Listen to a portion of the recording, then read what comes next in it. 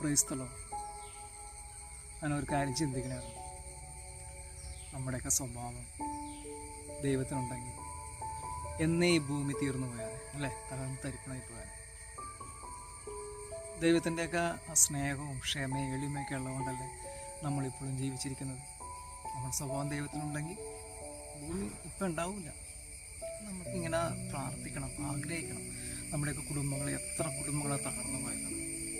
അപ്പോൾ ആ ഒരു ദൈവ സ്വഭാവം നമ്മുടെയൊക്കെ ഭവനങ്ങളിൽ ഉണ്ടെങ്കിൽ കുടുംബം തകരില്ല. അതുകൊണ്ട് നമുക്ക് പ്രാർത്ഥിക്കണം, ദൈവമേ നിൻ്റെ സ്വഭാവം, സ്നേഹം, ക്ഷമ, എളിമ, ദയ, ഇതെല്ലാം ഞങ്ങളുടെയൊക്കെ കുടുംബത്തിലുള്ള ഓരോ വ്യക്തിയിലും നിറയുവാനായിട്ട് പരിശുദ്ധാത്മാവൻ നിറയ്ക്കണമെന്ന് പ്രാർത്ഥിക്കാം. അപ്പം നമ്മുടെ കുടുംബത്തിൽ സന്തോഷവും സ്നേഹവും ഉണ്ടാകും. നമുക്ക് നന്ദി പറയാം. ഈശോയെ അങ്ങ് അനുഗ്രഹിക്കണേ ഓർത്ത്, വഴി നടത്തുന്നതിനെ ഓർത്ത്